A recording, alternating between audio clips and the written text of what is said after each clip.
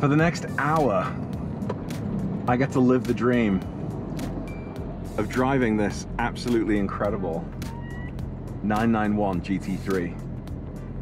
And my hour is going to start like this.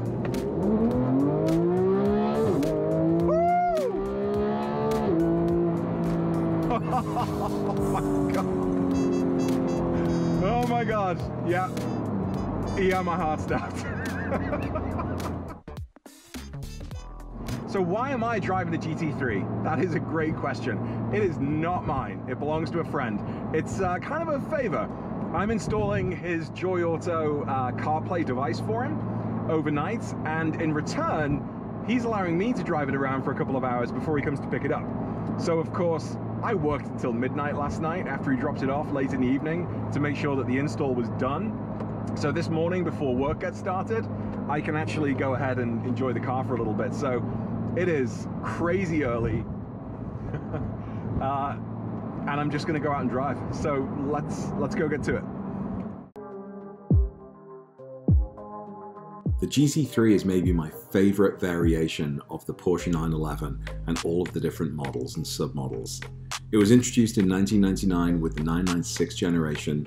There was the 996.1 GT3, the 996.2 GT3, and then for the 996.2 generation, they also introduced the GT3 RS, the Rennsport package, which had some extra features. The 997 also had 7 different varieties of the GT3. The first generation and the second generation both had the GT3 and the GT3 RS, but the second generation 997 had a GT3 RS 4.0 package. There were only around 140 of those sold in the US and less than 100 sold in Europe, so quite collectible of all of the different models, especially within the GT3. And then of course the 991 had its GT3 variants. The 991.1 and the 991.2 both had the GT3 and the GT3 RS. In the 991.2 generation, there was the GT3 Touring package, which essentially had the GT3 engine, but without the rear wing, and some extra style refinements around the exterior and the interior. And of all of the GT3s, the GT3 Touring is perhaps my favorite. Having said that though, this first generation 991 GT3 is absolutely gorgeous. It has the flat 6 engine, 3.8 litres, it has around 475 horsepower with 325 pounds of torque. It goes like a rocket. It goes from 0 to 60 in 3 seconds. This particular one has PDK.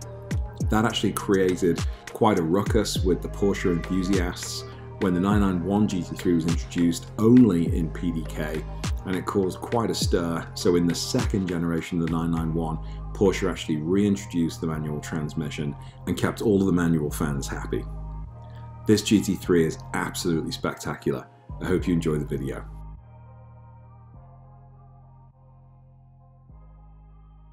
There's nothing like waiting for a green light when you've got a clear road ahead of you on a highway with a decent speed limit. And you can accelerate as fast as you like from 0 to 60 and not have to worry about breaking the speed limit.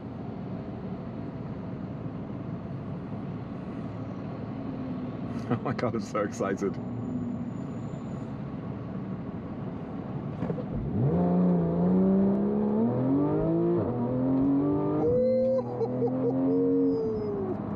Oh my goodness. You know, at one point it feels like literally the car is about to take off. It sort of, it doesn't float, but you're being pushed, and oh my God, it's just so good. Got a truck stopping in the middle of a train track, not cool.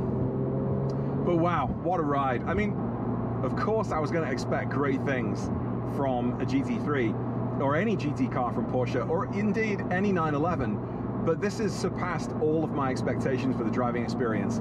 The power is unbelievable. The handling around the corners is phenomenal. It holds the road way better than my Carrera 2. The PASM, you can feel the suspension is really nice and tight. What can I say? It's amazing. I want one. Well guys, thanks for checking in, and thanks for watching this video. More Project 996 content coming soon. The car is being paint prepped right now, being sanded down and having the little hail dings and so on filled in. More 991 content coming soon, and just loads of stuff. There's still a lot of the driving season left, so hopefully I can make some more content. Take care, see you in the next video. Bye.